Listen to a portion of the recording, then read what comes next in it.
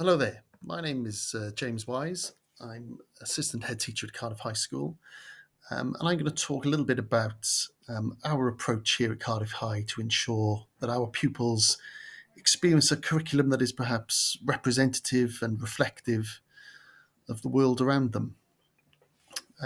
So I'll start off by looking at, it comes back to the purposes. This is where our vision comes from, obviously. And for us, the purpose of the curriculum, the purpose of education, why pupils come to school can be summed up here, really. We want to develop pupils' understanding of the world around them so they can appreciate that world, critique it, thrive in it, and shape it. And that's sort of how we see the purpose of education linked to those four purposes, understanding the world around them. Now, that could be the wider world and the diversity within the wider world, but it could be more nationally, whether it be Britain or Wales or Cardiff. That's what we're aiming for, to help pupils understand that world around them. And fundamental to that is our belief here that the extent to which the purpose is realised depends really on the quality and the quantity of what the pupils learn.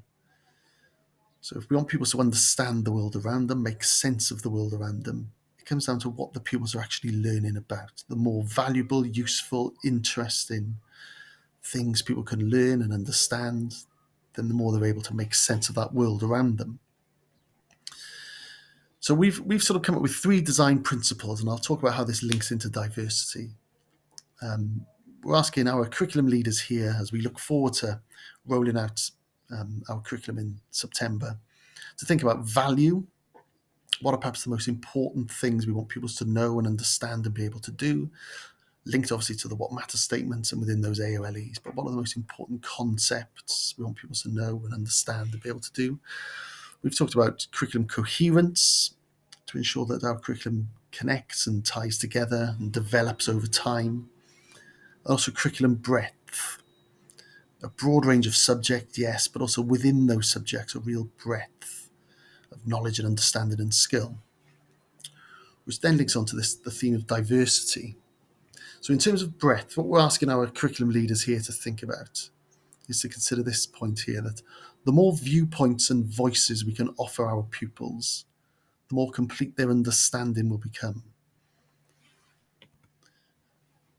In other words, we're asking our curriculum leaders to think about developing an appreciation of how others see and experience the same things differently, broadening voices, broaden a breadth of viewpoints, a breadth of voices, perhaps a breadth of perspectives. So we're asking curriculum leaders to consider within their curriculum areas a representation of the voices, perspectives and faces within their curriculum. Does their curriculum reflect, does it represent the community around us, the world around us? Not just in terms of what it looks like, but the ideas as well and the experiences.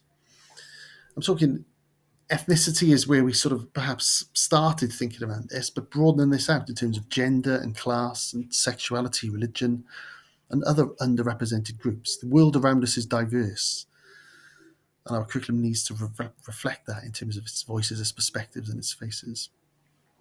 And we're sort of trying to bear in mind, and we're asking all of us here to be conscious of our curriculum choices, what we choose for our pupils to learn.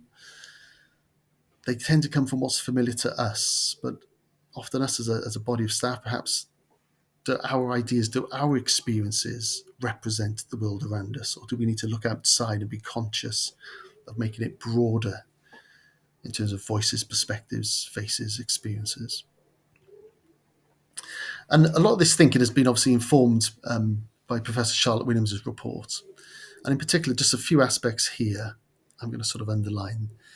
The idea that, not sort of shying away from the idea that there's evidence that racial inequality is a feature of the education system, and we're focusing on the curriculum and what does that look like within the curriculum? What can we do to sort of change that within the curriculum? And not shying away from this and tackling this and thinking about this. This was an interesting point in the report that pupils expressed the need for more diverse content, adequate representation of minority themes and their contributions. So this representation within our curriculum.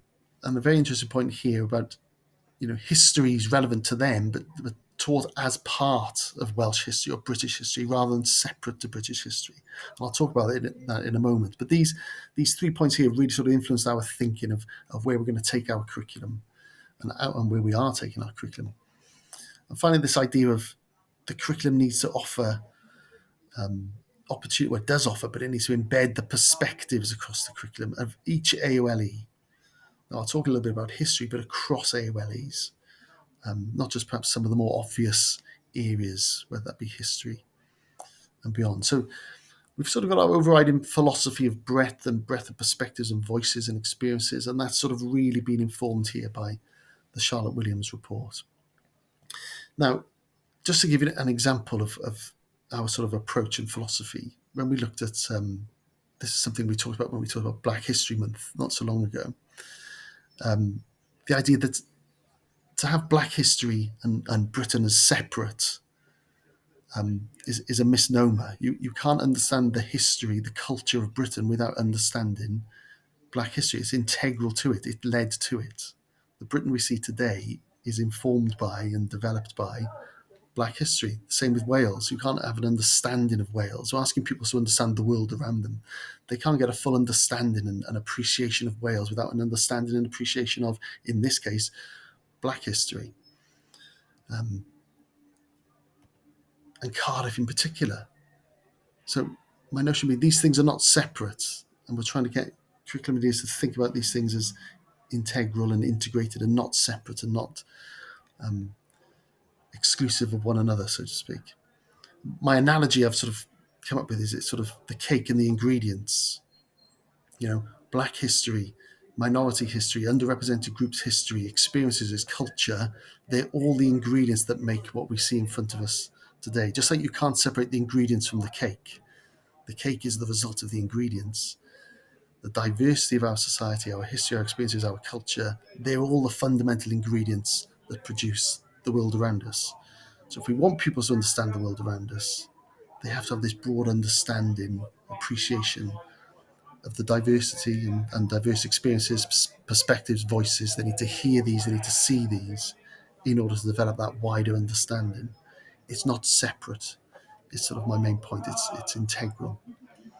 And whereas I talked there about history in particular, sort of the notion of Black history, we're encouraging curriculum leaders and staff here to think broader than just history. So English language, English literature, but also other areas, expressive arts and mathematics and numeracy. Are they hearing from diverse groups or diverse people?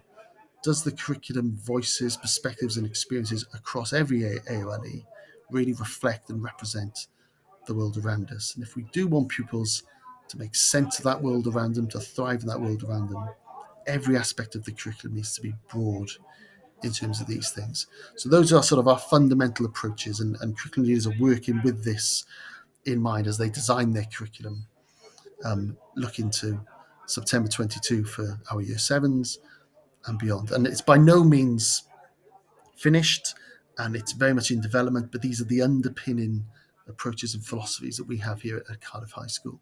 And to take our own learning further as an organisation and understanding further, we're going to be working very closely with DARPL in the coming academic year to broaden our understanding and to really sort of reflect on is our curriculum reflective and representative in the way that perhaps it should be. Okay, diolch yn fawr. Thank you for your time.